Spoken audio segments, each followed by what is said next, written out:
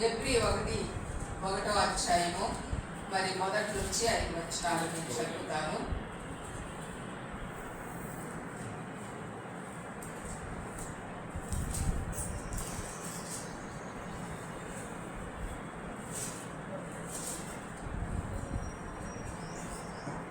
ఇక్కడ చూసినట్లయితే పూర్వకాలమందు నానా సమయములలోను నానా విధములుగాను ప్రవక్తల ద్వారా మన పితరులతో మాట్లాడిన దేవుడు ఈ దినముల అంతమందు కుమారుని ద్వారా మనతో మాట్లాడెను.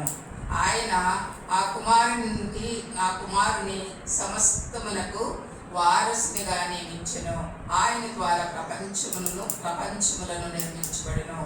ఆయన దేవుని మహిమ యొక్క తేజస్సును ఆయన తత్వము యొక్క మూర్తిమంతమునై ఉండి తన మహత్తు గల మాట చేత సమస్తమును నిర్వహించుచు పాపముల విషయంలో శుద్ధీకరణ తానే చేసి దేవదూతుల కంటే ఎంత శ్రేష్టమైన నామము పొందెనో వారి కంటే అంత శ్రేష్ఠుడై ఉన్నత లోకమందు మహామహుడగు దేవుని కుడిపార్శ్వమున కూర్చుండెను. ఇదేనగా నీవు నా కుమారుడవు, నేను నేడు నిన్ను కని ఉన్నాను అనియు, ఇదియుగాక నేను ఆయనకు తండ్రి అయ్యుందును, ఆయన నాకు కుమారుడయ్యుందును అనియు ఆ దూతలలో ఎవరితోనైనా ఎప్పుడైనానో చెప్పినా అని ఈ మాటలు మనం జ్ఞాపకం చేసుకుంటున్నామండి.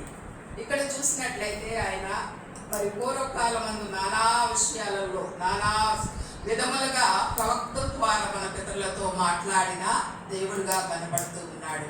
అలాంటి దేవుడు ఈ దినమున అంతము మనకు కుమారుని ద్వారా మనతో మాట్లాడేను. అంటే మన ప్రభు అయిన యేసు ప్రభువుని లోకానికి పంపించి ఆయన ద్వారా మనకి మన రక్షణ గురించి మరి ఆయనతో మాట్లాడినట్లుగా మనము ఇక్కడ మనకి కనపడుతూ ఉంది. అంత మాత్రమే కాదు, ఆయన దేవుని మహిమ యొక్క తేజస్సును ఆయన తత్మ యొక్క మూర్తిమంతమునై ఉండి ఆయన తన మహత్తు గల మాట చేత సమస్తమును నిర్మించిన వాడుగా కనబడుతూ ఉన్నాడు. ఆయన మహాదేవుడుగా ఉంటున్నాడు, మహిమ కలిగినటువంటి వాడుగా ఉంటున్నాడు. లోకములో ఉన్న సమస్తాన్ని కూడా మరి నిర్మించినటువంటి వాడుగా కనపడుతున్నాడు. మరి అట్టి మహాగణుడైనటువంటి మన ప్రభు సిలువకు ఎక్కిన వాడుగా ఈనాడు మనము జ్ఞాపకం చేసుకుంటున్నాం. ఆ సిలువ వేయబడాల్సినటువంటి పరిస్థితి ఎందుకు వచ్చింది అని అంటే, మన పాపముల చేత మనము అపరాధముల చేత సచ్చిన వారమై ఉన్నప్పుడు ఆయన పరలోకాన్ని నుండి భూలోకానికి పంపబడిన వాడై క్రీస్తు మరి మన పాపాన్ని ఆయన మోయటానికి మన పాపాన్ని క్షమించడానికి, అంటే నాది తప్ప దూరం పెడితే పడతా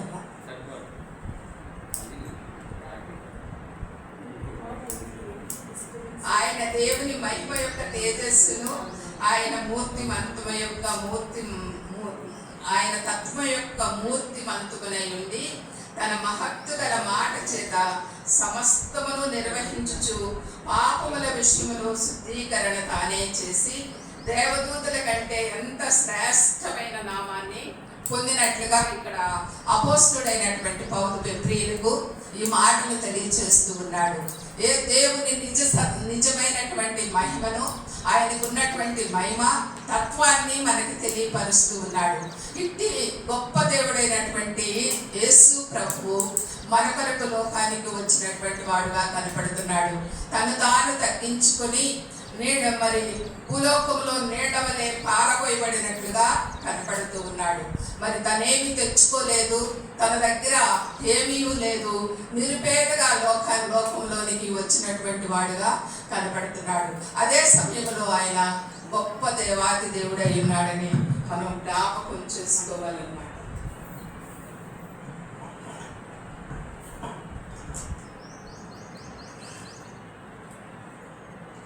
ఇంకా అంత మాత్రమే కాకుండా మరి తానే దేవదూతల కంటే ఎంత శ్రేష్టమైన నామాన్ని పొందినో వారికంటే అంత శ్రేష్ఠుడై ఉన్నత లోకమందు మహామహుడగు దేవుని కుడిపార్శ్వమున కూర్చుండెను అని ఇక్కడ ఎబ్రీయులకు రాస్తూ పౌలు మరి ఆయన గురించినటువంటి మరి ఉపద్ఘాతాన్ని ఇక్కడ మనకి తెలియచేస్తూ ఉన్నాడు. దేవాతి దేవుడిగా ఉన్న ఆయన పరలోకానికి మరి భూలోకానికి మరి రాజుగా ఉన్నటువంటి ఆయన మరి తను అప్పగించుకొని మరి లోకానికి వచ్చినటువంటి వాడుగా మనము ఇక్కడ చూస్తూ ఉన్నాం అన్నమాట.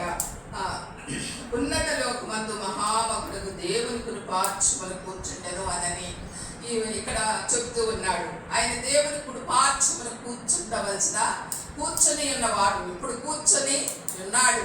కానీ ఆనాడు మరి మనం ఇంతకు ముందు మన ఆది కాలమును బట్టి ఆలోచించినప్పుడు ప్రతివాడు పాపం చేసినప్పుడు ఆ పాపానికి బదులుగా కొన్ని బలియాగాలు అర్పిస్తూ అనేక పొట్టేళ్లను మరి కోళ్లను పావురాలను వారు చేసిన పాపానికి ప్రాయచిత్తంగా బలి అర్పిస్తూ వచ్చారు ఆది కాలంలో. కానీ ఆ బలి వలన ఎవరినో తన పాపాల నుండి విమోచన పొందలేదని మనకి తెలియపరుస్తూ ఉంది పాత నిబంధన. ఎవరు కూడా మరి పాపాలు వాళ్ళు చేసిన పాపానికి బదులుగా మరి ప్రాయచిత్తంగా అనేక కోళ్లను మరి వార స్తోమతకు తగినట్లుగా గొర్రె పిల్లలనేమి కోళ్లనేమి పావురాలనేమి మరి ఎద్దులనేమి మరి ఎన్నో విధాలుగా వారి స్థితిగతులను బట్టి బలి చేసినటువంటి వారుగా మనకి కనపడుతూ ఉన్నారు. మరి పాత నిబంధనలో చూసినప్పుడు అట్టి బలి ద్వారా ఎవరి పాపము కూడా క్షమించబడలేదని ఎరిగి పరలోకము నుండి మరి దేవుడు భూలోకానికి దిగి వచ్చిన వాడుగా కనపడుతూ ఉన్నాడు. దేవాది దేవుడైన ఆయన తండ్రి కృపార్చుమని కూర్చున్నటువంటి దేవాది దేవుడైన ఆయన మన కొరకు రిక్తుడుగాను ఏమీ లేనివాడుగాను నిరుపేదగాను లోకంలోనికి వచ్చాడనమాట.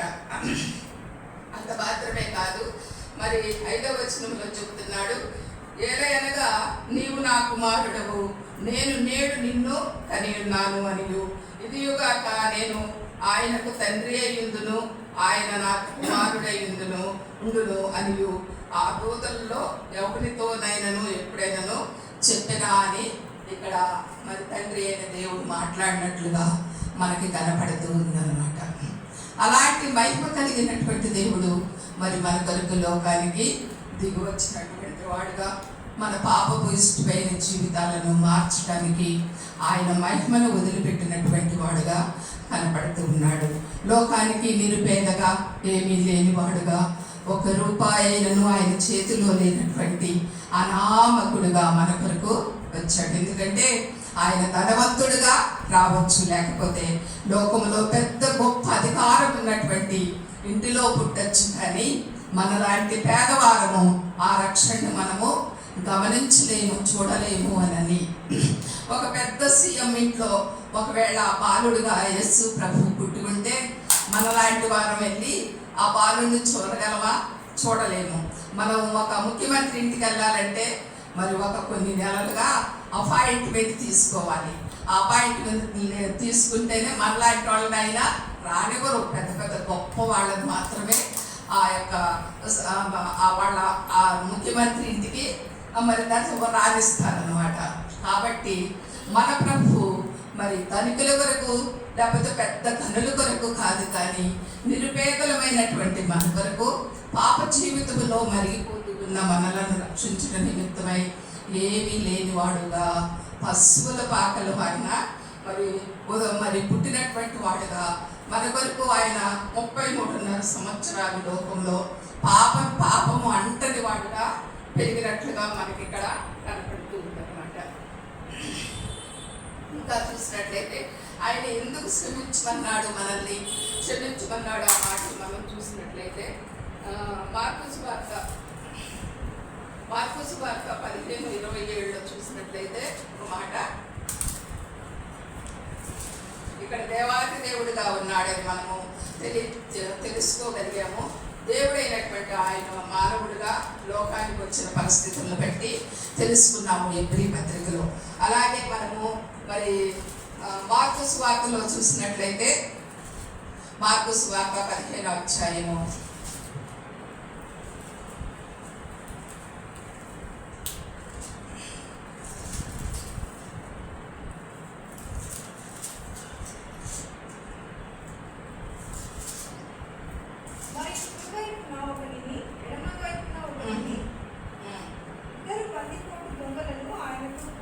27వ వచనం కదా.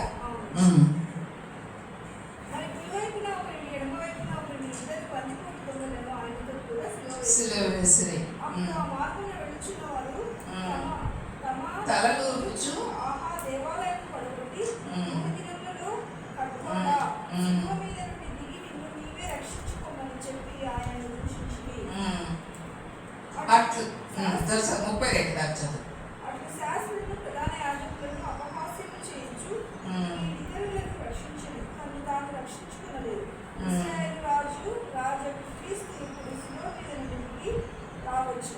అప్పుడు మనం చూచి నమ్ముదమని ఒకరితో ఒకరు చెప్పుకోలేదు. ఆయనతో కూడా సిలువ వేయబడిన వారిని ఆయన నిందించిరి.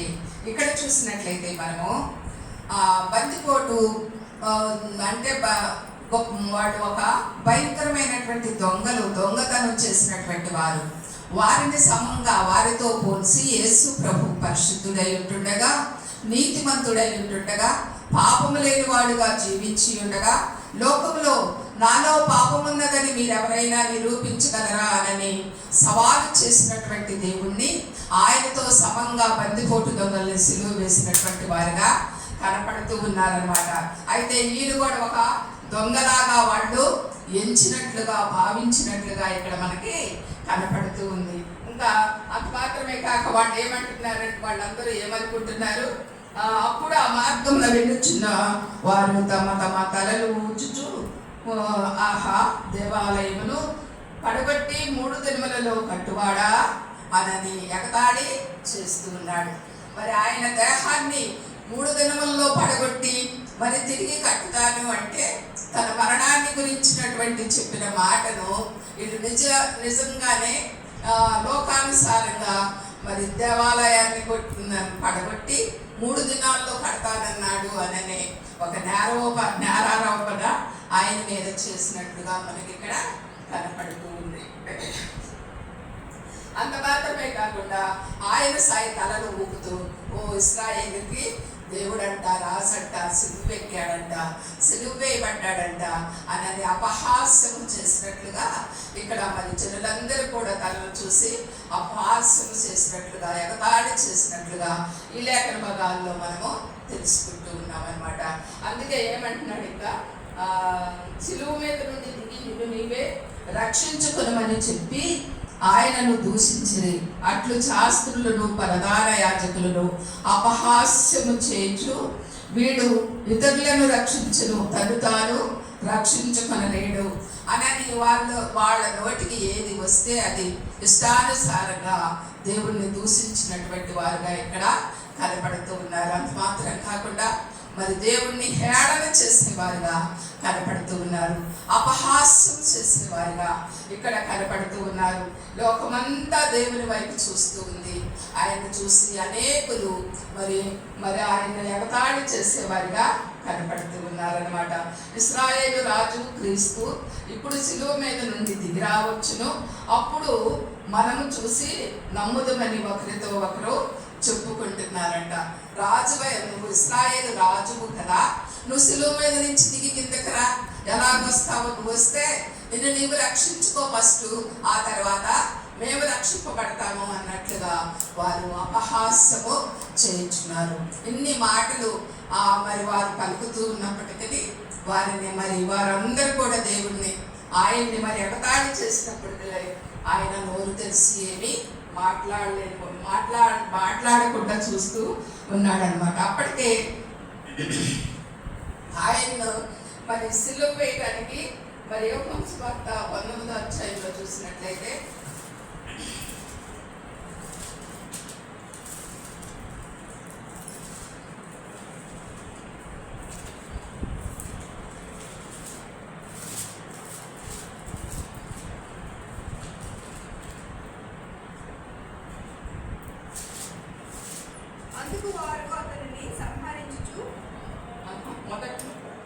అప్పుడు పిలాతు యేసును పట్టుకొని ఆయనను కొరడాలతో కొట్టించెను.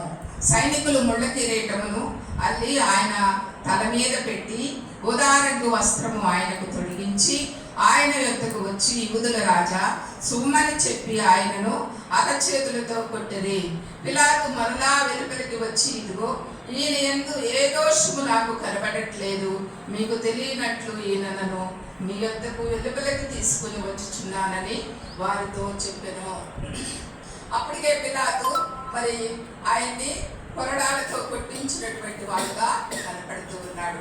6 రకాల తీర్పులు ఆయనకి అప్పటికి తీర్చినట్లుగా మనం బైబిల్ గ్రంథంలో చూస్తూ ఉన్నాం అన్నమాట. ఏ తీర్పులో కూడా ఆయనకి న్యాయము చేయలేదు. ఒక పెద్ద గజ దొంగకు తీర్పు తీర్చినట్లు ఆయనకు అన్యాయమైనటువంటి తీర్పును తీర్చినట్లుగా మనం ఇంకా ఇక్కడ మరి లేఖనాల్లో చదివితే మరి మనకు కనపడుతుంది. 5వ వచనం చదువుతున్నాను. ఆ ముండ్ల కిరీటము ఊదా రంగు వస్త్రము ధరించిన వాడే యేసు వెలుపలికి రాగా పిలాతు ఇదిగో ఈ మనుష్యుడు అని వారితో చెప్పాను. ప్రధాన యాజకులను భట్లోతులను ఆయనను చూసి సిలువ వేయము అని కేకలు వేయగా మరి సిలువ వేయము అని కేకలు వేయగా పిలాతు ఆయన యందు ఏ దోషము కనపడలేదు కనుక ఆయనను తీసుకుని పోయి సిలువ వేయడని వారితో చెప్పెను. అక్కడ పిలాతు చూసినట్లయితే ఆయన పట్ల దోషమేమీ కనపడలేదు. ఆయన చేసిన నేరమేమీ పిలాతుకు కనపడలేదు. కానీ ఇంకా మనం చూసినట్లయితే ఈయన యందు నాకు ఏ భారము లేదు అన్నట్లుగా, లేకపోతే చేతులు కడుక్కున్నాడు అనమాట పిలాతు. కానీ అలాంటి విషయంలో పక్కకు తప్పుకున్నా కూడా ప్రజలందరూ బంట్రోతులు ప్రధాన యాజకులు ఆయన్ని సిలువ అని కేకలు వేసినట్లుగా కనపడుతుంది. మనం ఇప్పుడు మూడు రకాల అంశాలు మనం అనుకున్నాం. మొదటిగా ఆయన దేవాది దేవుడై ఉన్నాడు. రెండవది అపహసించబడినటువంటి వాడుగా ఉన్నాడు. మూడవదిగా ఆయన కొరడా దెబ్బలు తిన్నవాడుగా ఉన్నాడు. ఈ పంతియు నాగడి సాడవలే దున్నబడింది. ఎంతో వేదనతో ఉన్నాడు. రక్తమంతయు కారిపోతూ ఉంది. మరి ఆకాశానికి భూమికి వేళాలు తీపడ్డాడు. మరి ఆ యొక్క బాధలో ఆ ఎర్రటెండలో ఆయన ఉన్నప్పుడు మరి ఆయన పలికిన మాట ఈ మాటే, తండ్రి వీరేమి చేయించున్నారో వీరిని క్షమించమని చెప్పినట్లుగా మనము చూస్తూ ఉన్నాం అన్నమాట. ఇన్ని అపహాస్య క్రియలు చేసిన ప్రజల్ని మరి ఆయన ఏమీ అనలేదు. కానీ వారిని క్షమించగలిగినటువంటి క్షమాబుద్ధి కలిగినటువంటి మన ప్రభువుగా కనపడుతూ ఉన్నాడు. వారు మనందరినీ కూడా ఆయన క్షమించినటువంటి వాడుగా ఉన్నాడు. ఆనాడు యెరూషలేము వారులందరినీ కూడా మరి క్షమించినటువంటి వాడుగా ఉన్నాడు. ఇంకా ఆ భారమైన సిలువను మోసుకొని వస్తూ ఉంటే అనేక మంది మరి యెరూషలేము కుమార్తెలు ఆ యొక్క మరి భారభరితమైన బాధను చూడలేక ఎంతో మంది ఏడ్చారంట. ఏడ్చినప్పుడు అన్నాడు, అమ్మలారా మా కొరకు ఏడవకుడు కానీ మీ కొరకు మీ పిల్లల కొరకు ఏడవమని వారితో చెప్పినట్లుగా మనము చూస్తూ ఉన్నాం అన్నమాట. ఈ మొదటి మాటని ఇంతటితో మనము ముగించుకుందాము. రెండవ మాట దగ్గరికి వస్తామండి. రెండవ మాట, నేడు నాతో కూడా పరదైసులో ఉందువు అనే మాటను మనం జ్ఞాపకం చేసుకుంటున్నాం. లూకాసు వార్త 23:40-42లో ఆ మాట రాయబడి ఉంది.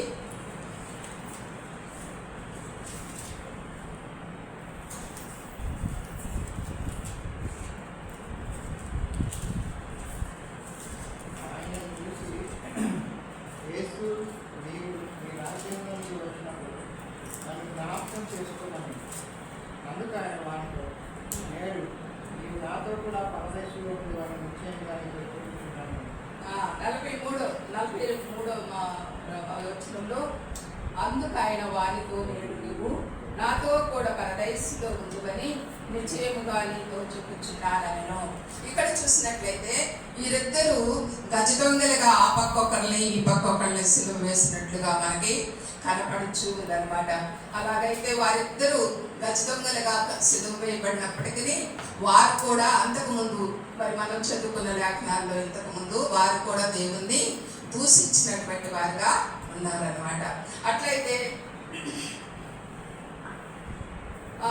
41వ వచనం చూసినట్లయితే, అక్కడే 23వ అధ్యాయం 41వ వచనం చూసినట్లయితే ఒక దొంగ అంటున్నాడు, మనకైతే ఇది న్యాయమే, మనము చేసిన వాటికి తగిన ఫలము పొందుచున్నాము, కానీ ఈయన ఏ తప్పిదమును చేయలేదు అని చెబుతూ ఉన్నాడు. ఆ ఒక్క దొంగకి అప్పుడు తన జీవితంలో మరి ఆయన పలికాడు. అంతకుముందు ఏమని పలికాడు? తండ్రి మీరేమి చేయించున్నారో వీరిని క్షమించమని. ఇప్పుడైతే ఆ మాటలు మరి తన నోరు తెలిసి మాట్లాడినప్పుడు ఆ దొంగ హృదయం మారినట్లుగా మనకి కనపడుతుంది. అంతకుముందు ఇద్దరు దూషించారు, అందరూ దూషించారు ఆయన్ని, అందరూ అపహాస్యం చేశారు. కానీ ఎప్పుడైతే యేసు ప్రభు వీరేం చేయించున్నారో వీరిని క్షమించు ప్రభు తండ్రి అని ప్రార్థన చేసినటువంటిగా ఉన్నప్పుడు ఆ మాట విని తన హృదయంలో మార్పు జీవితాన్ని కలిగినట్లుగా మనం చూస్తూ ఉన్నాం అన్నమాట. అప్పుడు ఆ మార్పు రావటం మూలాన అతడు అంటున్నాడు, మనకైతే ఇది న్యాయమే, తగిన ఫలము పొందుచున్నాము. వారు చేసిన దొంగతనానికి, వారు చేసిన పాపానికి, వారు చేసిన పాప క్రియలకి వారు తగిన మరి ప్రతిఫలం పొందటానికి వారికి న్యాయమేనని దొంగతనంతట తాను ఒప్పుకున్నటువంటి వాడుగా కనపడుతూ ఉన్నాడు అన్నమాట. ఇంకా